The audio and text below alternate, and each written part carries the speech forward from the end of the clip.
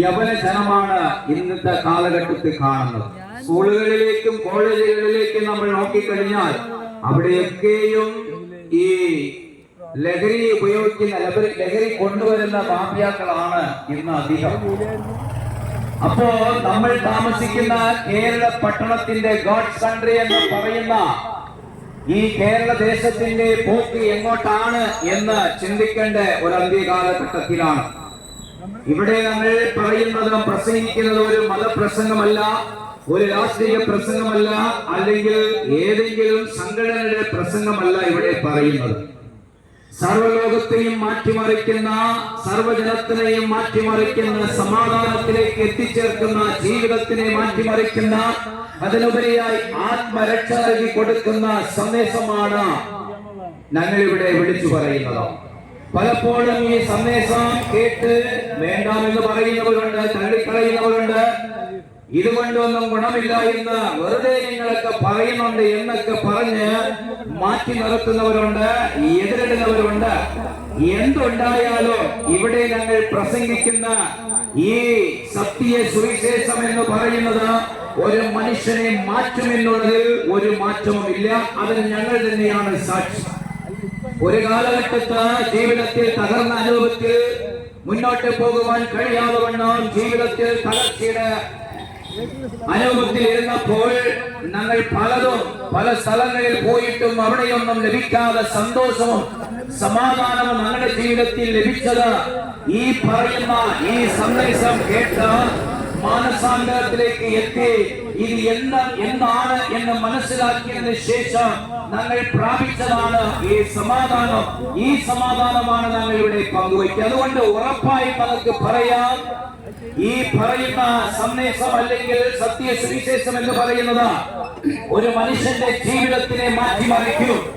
മദ്യത്തിന് അടിമപ്പെട്ടവരാകട്ടെ, ആത്മഹത്യയ്ക്ക് കടന്നു പോകുന്ന വ്യക്തി ജീവിതങ്ങളാകട്ടെ, തകർച്ചയുടെ അനുഭവമാകട്ടെ, അവനൊന്ന് സത്യത്തിലേക്ക് മടങ്ങി വരുമ്പോൾ, ദൈവത്തെ ഒന്ന് അറിയുമ്പോൾ, ദൈവത്തിനെ ഒന്ന് മനസ്സിലാക്കുമ്പോൾ അവന്റെ ജീവിതത്തിലേക്ക് മാറ്റം വരികയാണ്. കാരണം ഈ ലോകഭാവത്തിലാണ്, ഈ ലോകം മുഴുവനും ഭാവത്തിൽ കിടക്കുന്നു എന്ന് പറഞ്ഞാൽ നിങ്ങൾ ഒരു പക്ഷേ ഇതൊക്കെ ശരിയാണ്, നിങ്ങൾ പറയുന്നത് ശരിയല്ല എന്നൊക്കെ നിങ്ങൾ പറഞ്ഞേക്കാം. അതിൽ ഒരു മാറ്റവുമില്ല. ഒരു മനുഷ്യൻ അല്ലെങ്കിൽ ഒരു കുഞ്ഞ് ജനിക്കുമ്പോൾ പാപത്തിലാണ് ജനിക്കുന്നത്. അങ്ങനെയെങ്കിൽ എങ്ങനെയാണ് പാപം എന്നൊക്കെ നിങ്ങൾ ചോദിക്കാം. ആദ്യ മനുഷ്യന്റെ പാപമുഖാന്തരം യുഗായുഗകാലങ്ങൾ പാപങ്ങൾ വർദ്ധിച്ച ജനത്തിന് പരിഹാരം, പാപത്തിന് പരിഹാരം ലഭിക്കാതെ വണ്ണം ഓടിപ്പോയപ്പോൾ, കാലങ്ങൾ കടന്നുപോയപ്പോൾ 2000 കൊല്ലങ്ങൾക്ക് മുൻപ് ജനത്തിന്റെ പാപത്തിന് വേണ്ടി പരിഹാരയാഗമായി തീർന്നവനാണ് ഞങ്ങളിവിടെ വിളിച്ചു പറയുന്ന കർത്താവായ യേശു ക്രിസ്തു. ഈ യേശു ക്രിസ്തുവാണ് ലോകത്തിന്റെ രക്ഷിതാവ്. ഒരു മനുഷ്യന്റെ അല്ല, ഒരു വിവാദത്തിന്റെ അല്ല, ഒരു രാജ്യത്തിന്റെ അല്ല, സർവ്വലോകത്തിന്റെയും ജനത്തിന്റെ പാപത്തിനെ ചുമന്ന് തീർത്ത കുഞ്ഞാട് എന്ന വ്യക്തമായി വിളിക്കപ്പെടുന്നവനാണ് കർത്താവായ യേശു ക്രിസ്തു. ബൈബിൾ വ്യക്തമായി വിളിച്ചു പറയുന്നു. ഈ കർത്താവായ യേശു ക്രിസ്തുവിനെ വിശ്വസിക്കുന്നത് ആരാണോ അവരുടെ ജീവിതത്തിലാണ് രക്ഷ കടന്നു വരുന്നത്. ഇത് ഒരു മതത്തിന്റെ അല്ല, ഒരു രാഷ്ട്രീയത്തിന്റെ അല്ല. മനസ്സിലാക്കണം, ഒരിക്കലും കർത്താവായ യേശു ഈ ഭൂമിയിലേക്ക് കടന്നു വരുമ്പോൾ മതം സ്ഥാപിച്ചിട്ടില്ല. മതത്തിന് വേണ്ടി വന്നവനല്ല, ഭാവികളെ രക്ഷിക്കുവാൻ വേണ്ടി വന്നവനാണ് ഞങ്ങൾ ഇവിടെ വിളിച്ചു പറയുന്ന കർത്താവായ യേശു ക്രിസ്തു.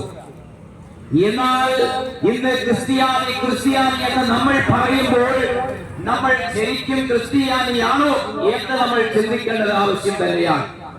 ക്രിസ്തുവിനെ അനുഗമിക്കുന്ന, ക്രിസ്തുവിന്റെ കൽപ്പന അനുസരിച്ച് ജീവിക്കുന്ന, ക്രിസ്തുവിനോട് ചേർന്ന് ജീവിക്കുന്ന, ക്രിസ്തുവിന് വേണ്ടി ഒരുക്കപ്പെടുന്ന ഒരുവനാണ് ക്രിസ്ത്യാനി എന്ന് പറയുവാൻ കഴിയത്തുള്ളൂ. അങ്ങനെയെങ്കിൽ ഇന്നത്തെ കാലഘട്ടത്തിൽ നമ്മൾ ക്രിസ്ത്യാനി എന്ന് പറയുമ്പോൾ ചിന്തിക്കണം പ്രിയമുള്ളവരെ, ക്രിസ്തുവിനെ പോലെ അല്ലെങ്കിൽ ക്രിസ്തുവിനെ വിശ്വസിച്ച് ക്രിസ്തുവിനെ ധരിച്ചവരായി, ചുമക്കുന്നവരായി നമ്മൾ ജീവിക്കുന്നുണ്ടോ എന്ന് ചിന്തിക്കേണ്ടത് ആവശ്യം തന്നെയാണ്. പലപ്പോഴും ഇവിടെ ഞങ്ങൾ ഈ സുവിശേഷ സത്യം പ്രസംഗിച്ചിട്ടുണ്ട്. പല വ്യക്തി ജീവിതങ്ങളും ഇവിടെ ഇരുന്ന് വിളിച്ചിട്ടുമുണ്ട്. എന്നാൽ ഇത് വേണ്ടാമെന്ന് പറഞ്ഞവരുണ്ട്. ലക്ഷങ്ങൾ മേടിച്ചിട്ട് വായിക്കാതെ കീറിക്കളഞ്ഞവരും തള്ളിക്കളഞ്ഞവരുണ്ടായിരിക്കാം. അത് ഒന്നുമല്ല പ്രധാനം. അതെന്ന് പറഞ്ഞാൽ ആരാണോ ഈ വാക്കുകൾ കേട്ട് വിശ്വസിക്കുന്നത് അവരുടെ ജീവിതത്തിലേക്ക് മാറ്റം സംഭവിക്കുകയാണ്.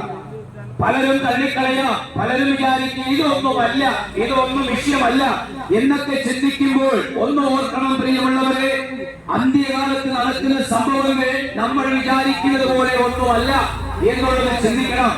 ബൈബിൾ നിങ്ങളുടെ കരങ്ങളിൽ ഉണ്ടെങ്കിൽ ബൈബിൾ ഒന്ന് വ്യക്തമായി നിങ്ങൾ വായിക്കണം. പല പുസ്തകങ്ങൾ വായിക്കുന്ന നിങ്ങൾ ഒരിക്കലെങ്കിലും ബൈബിൾ വായിച്ചിട്ടില്ല എങ്കിൽ എന്നെങ്കിലും നിങ്ങൾ ഈ സന്ദേശം കേൾക്കുമ്പോൾ വീട്ടിൽ പോയിരുന്നു വായിക്കുക. പലരും ബൈബിൾ കയ്യിലുണ്ടായിട്ടും അത് അലമാരകളിലും അറകളിലും പൂട്ടി വയ്ക്കുമ്പോൾ പ്രിയമുള്ളവരെ, അന്ത്യകാലത്തെ കുറിച്ച് വ്യക്തമായി ലോകത്തിൽ നടക്കുന്ന ഓരോ സംഭവവും കുറിച്ച് വ്യക്തമായി എഴുതി വച്ചിരിക്കുന്ന ഒരു വിശുദ്ധ പുസ്തകമുണ്ടെങ്കിൽ ഞങ്ങൾ ഇവിടെ നിങ്ങളോട് പറയുന്ന ബൈബിൾ ഒന്ന് മാത്രമാണ്. ലോകത്തിൽ ഏറ്റവും അധികം എഴുതപ്പെട്ടിരിക്കുന്ന വിനിയോഗിക്കപ്പെടുന്ന